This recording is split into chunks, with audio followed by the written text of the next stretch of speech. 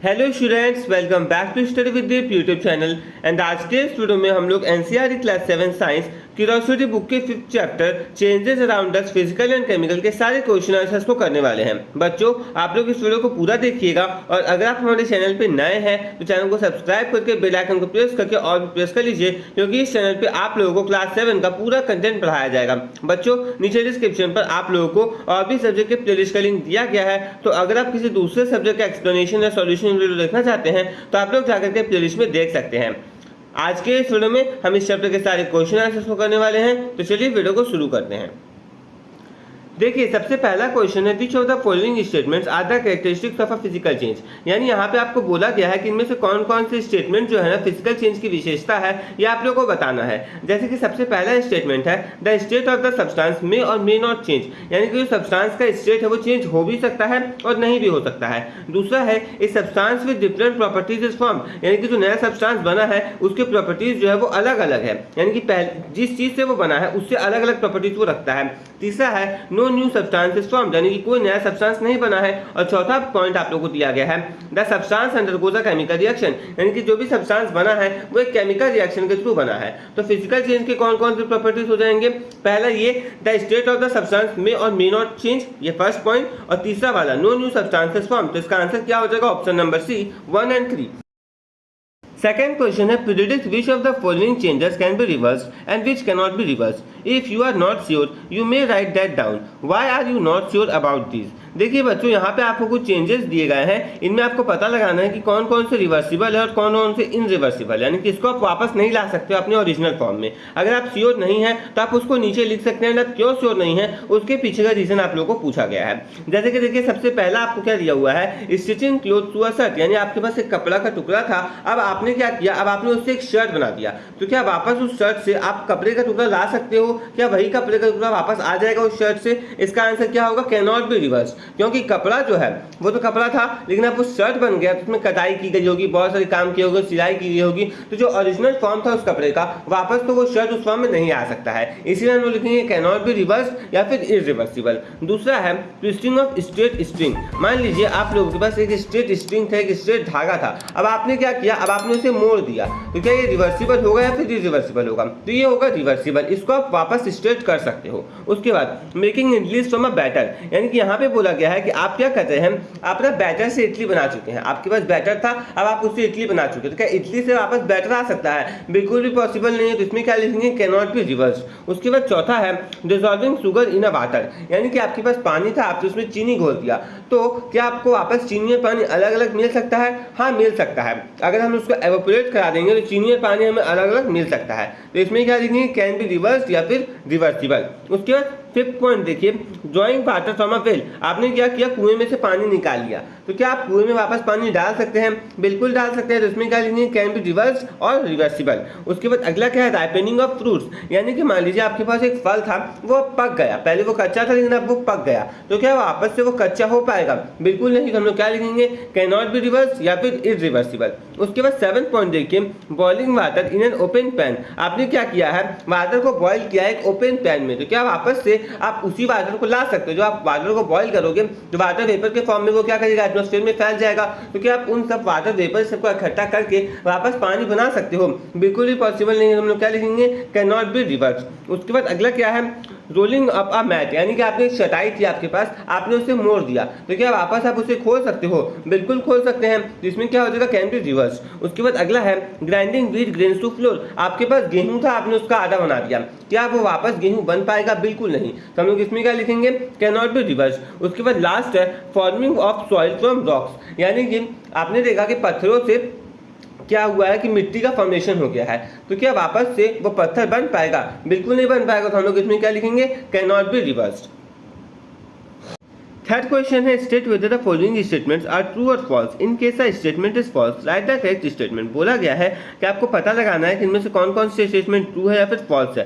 अब आपको अगर लगता है कि कोई स्टेटमेंट फॉल्स है तो उसका करेक्ट स्टेटमेंट भी आप लोगों को लिखना है। जैसे कि सबसे पहला है melting of wax is necessary for burning a candle, यानी कि जो मोम है उसका पिघलने से ही जो कैंडल है, जो मोमबत्ती है, वो जल पाता है। तो ये स्टेटमेंट सही है या फिर गलत? तो true, this statement is true. उसके बाद अगला है collecting water vapour by condensing involves a chemical change. देखिए कंडेंसिंग की सहायता से अगर आप वाटर वेपर को वापस से कलेक्ट कर लोगे तो वो एक केमिकल चेंज होगा। ये क्या होगा? ये फॉल्स होगा क्योंकि वो एक फिजिकल चेंज होगा। थर्ड क्वेश्चन है the process of converting leaves into compost is a chemical change, यानी कि पत्तों का खाद में परिवर्तित होना क्या ये केमिकल चेंज है? तो इसका आंसर क्या हो जाएगा? इसका आंसर हो जाएगा ट्रू।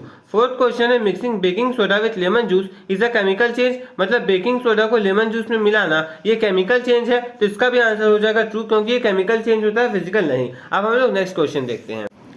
फोर्थ क्वेश्चन देखिए, fill in the blanks in the following statements. आपको यहाँ पे ना कुछ स्टेटमेंट दिए गए हैं, उसमें कुछ जगह ब्लैंक करके दिया गया है, उसको भरना है। जैसे कि सबसे पहला है Nalini observe that the handle of a cycle got brown deposits, the brown deposits are due to dash and this is a dash change. यहाँ पे बोला गया कि नलिनी देखती है कि उसके साइकिल का जो हैंडल है ना उसमें ब्राउन कलर का कुछ जम गया है। ये जो ब्राउन डिपॉजिट्स है ये किसके चलते हैं? ये रस्टिंग के चलते। हम लोग क्या लिखेंगे? Are due to rusting and this is a chemical change. और ये जो चेंज हुआ है उसके हैंडल में वो एक केमिकल चेंज है।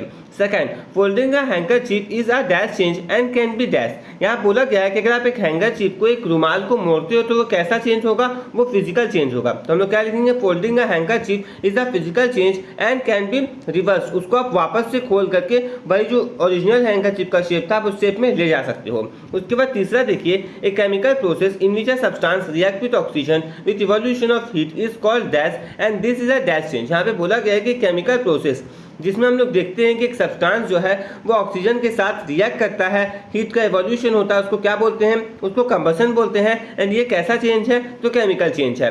तो क्या लिखेंगे? And this is a chemical change. और वहां पे पहला वाला जो गैप था उसमें क्या भराएगा? कंबशन। उसके बाद चौथा क्वेश्चन है वो देखिए, magnesium and burned in air produces a substance called dash, the substance form is dash in nature, burning of magnesium is a dash change. यहाँ पे बोला गया है कि मैग्नीशियम को जब हम लोग हवा में जलाते हैं तो वो क्या फॉर्म करता है? वो मैग्नीशियम ऑक्साइड फॉर्म करता है। जो सब्सटेंस फॉर्म हुआ है वो बेसिक होता है नेचर में। उसके बाद अगला burning of magnesium is a chemical change. तो पूरा जो पर के स्टेटमेंट में आपको बता देता हूं, magnesium when burned in air produces a substance called magnesium oxide, the substance form is basic in nature, burning of magnesium is a chemical change. तो यहाँ पर बच्चों आप लोग का फिल इन द ब्लैंक्स भी कंप्लीट होता है। अब हम लोग आगे बढ़ते हैं, क्वेश्चन आंसर्स को देखते हैं।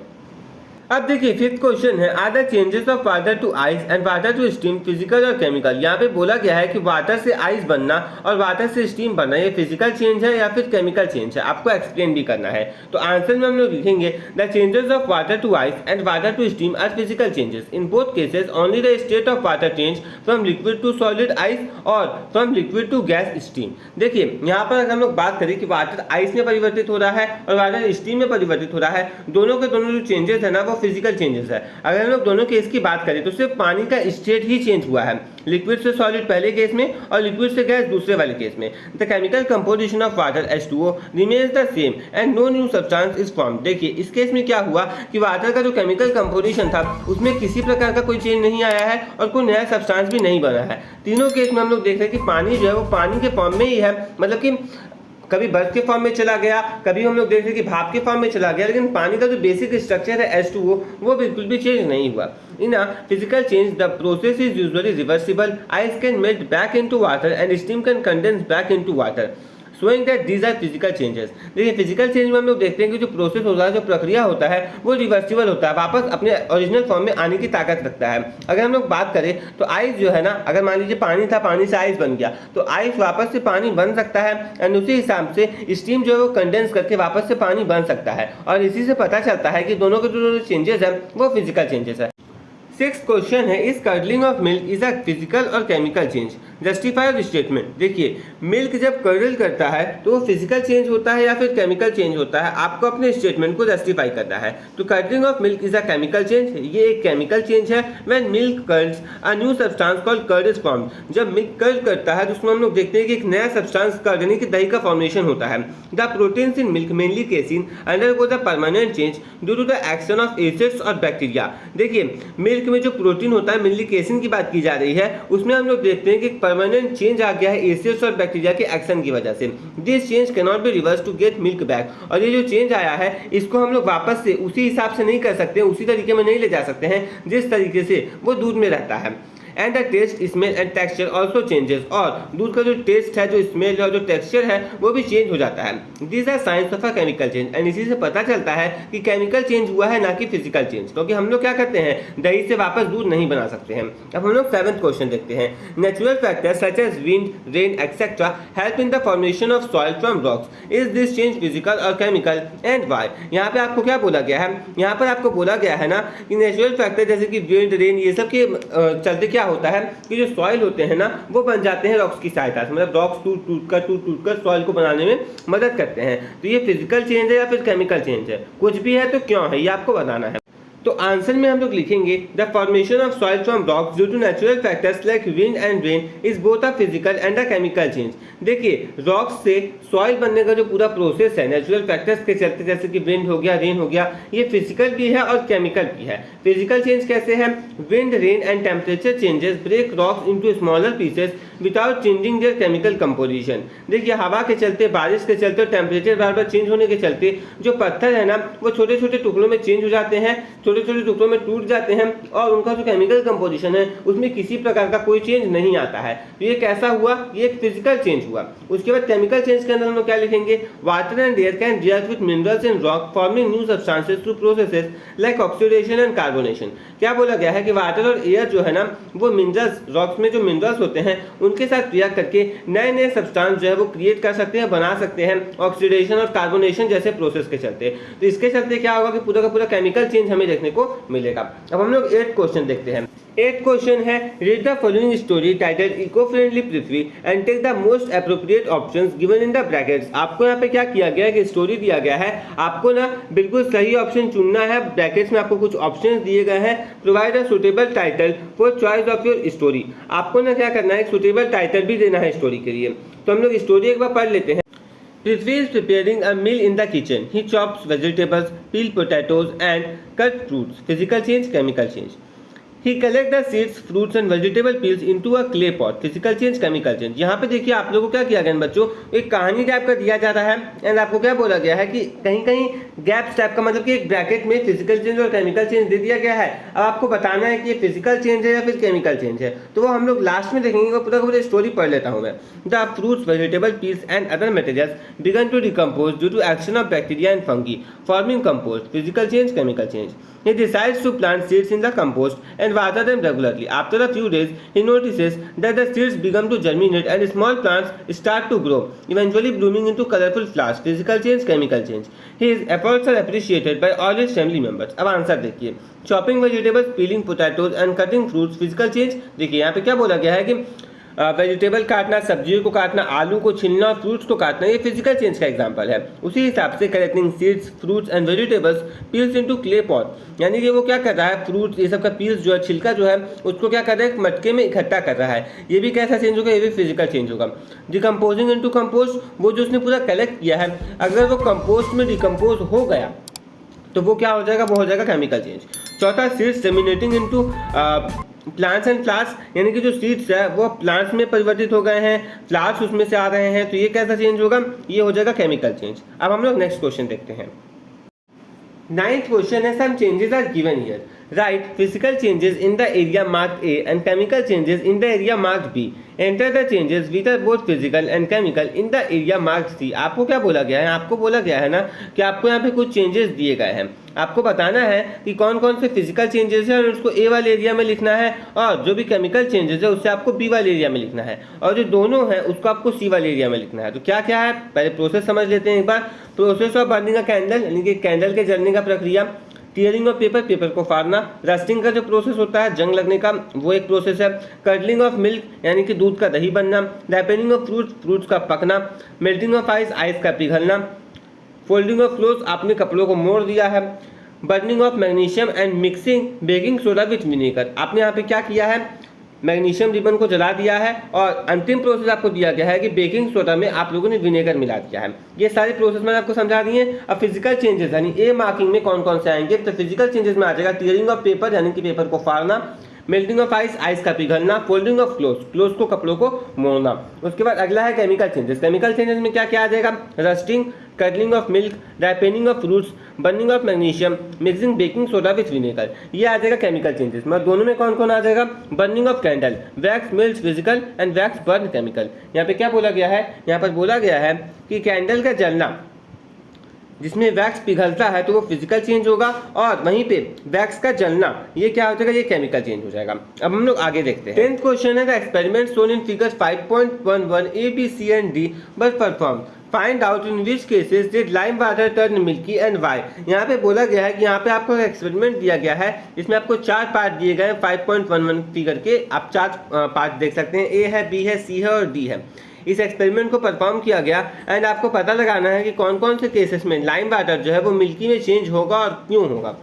तो देखिए यहाँ पे एक्सपेरिमेंट्स आप लोगों को दिखता होगा। सबसे पहले वाले एक्सपेरिमेंट में आप देखोगे तो विनेगर एंड बेकिंग सोडा रखा हुआ है एंड वहाँ पर से दोनों को मिलाया गया है एंड वहाँ पर से एक पाइप निकाल करके क्या किया गया है? एक दूसरे टेस्ट ट्यूब में ले जाया गया है जहाँ पर लाइम वाटर है। उसी हिसाब से अगला देखिए, अगले फिगर में क्या दिखता है? लेमन जूस एंड विनेगर है एंड वहाँ पर से पाइप निकाल करके लाइम वाटर की तरफ लेगा गया है। तीसरा जो है vinegar and common salt, vinegar and common salt को मिलाया गया है एंड फिर उसको लाइम वाटर की तरफ लेगा गया है। और चौथा है लेमन जूस और बेकिंग सोडा को मिलाया गया है और उसको फिर लाइम वाटर की तरफ लेगा गया है। तो हम लोग आंसर में लिखेंगे in the experiment shown in the image, यानी कि यहाँ पर इमेज में आपको जो एक्सपेरिमेंट्स दिखाए गए हैं, lime water turns milky when it reacts with carbon dioxide gas. हम लोग को ये बात तो अच्छे से पता है कि लाइम वाटर जो है वो दूधिया टाइप का हो जाता है जब वो कार्बन डाइऑक्साइड गैस से रिएक्ट करता है उस समय। The milkiness is due to formation of calcium carbonate which is insoluble in water. And ये जो मिल्कीनेस है ये कैल्शियम कार्बोनेट की वजह से होता है, जो कि पानी में क्या है? जो कि पानी में घुलनशील नहीं है। अब देखिए यहाँ पर lime water turns milky in experiment A and experiment D because CO2 gas is produced by reaction of baking soda with acids. देखिए लाइम वाटर जो है ना वो मिल्की में चेंज होगा, लेकिन एक्सपेरिमेंट ए में होगा और एक्सपेरिमेंट डी में होगा। क्यों होगा? क्योंकि देखिए बेकिंग सोडा जब एसिड्स के साथ रिएक्ट करता है तो CO2 गैस प्रोड्यूस हो रहा है एंड CO2 गैस कहाँ जा रहा है? फिर लाइम वाटर में जा रहा है। और लाइम वाटर जब भी CO2 गैस के साथ मिलता है तो हम लोग देखते हैं कि वो लाइम वाटर जो है वो दूधिये तरीके में परिवर्तित हो जाता है। In B and C no CO2 gas is form, so lime water stays clear. वहीं पे हम लोग देखेंगे बी और सी में किसी प्रकार का कोई CO2 गैस प्रोड्यूस नहीं हुआ है, और जब वो फॉर्म नहीं हुआ है तो लाइम वाटर बिल्कुल साफ रहेगा, उसमें किसी प्रकार का कोई दूध टाइप का फॉर्मेशन नहीं होगा। तो ये बच्चों यहाँ पर आकर के आपके क्वेश्चन आंसर्स कंप्लीट होते हैं। मैंने आपको सारे क्वेश्चन आंसर अच्छे से समझा दिए हैं। आई होप कि आपको ये वीडियो अच्छा लगा होगा। बच्चों अगर आपको ये वीडियो अच्छा लगा तो इस वीडियो को लाइक कर दीजिए, और अगर आप हमारे चैनल पर नए हैं तो चैनल को सब्सक्राइब करके बेल आइकन को प्रेस करके और भी प्रेस कर दीजिए। नीचे डिस्क्रिप्शन पर आप लोगों को और भी सब्जेक्ट के प्लेलिस्ट का लिंक दिया गया है, तो अगर आप किसी दूसरे सब्जेक्ट का वीडियो देखना चाहते हैं तो आप लोग चैनल के प्लेलिस्ट सेक्शन में जाकर के देख सकते हैं। साथ ही नीचे डिस्क्रिप्शन पर आप लोगों को क्लास 7 के सारे न्यू NCERT बुक्स का भी लिंक दिया गया है, तो अगर आप किसी बुक को खरीदना चाहते हैं आप वहां पर से खरीद सकते हैं। मिलते हैं नेक्स्ट वीडियो में किसी नए एक्सप्लेनेशन या सॉल्यूशन के साथ। Thanks for watching. जय हिंद, जय भारत।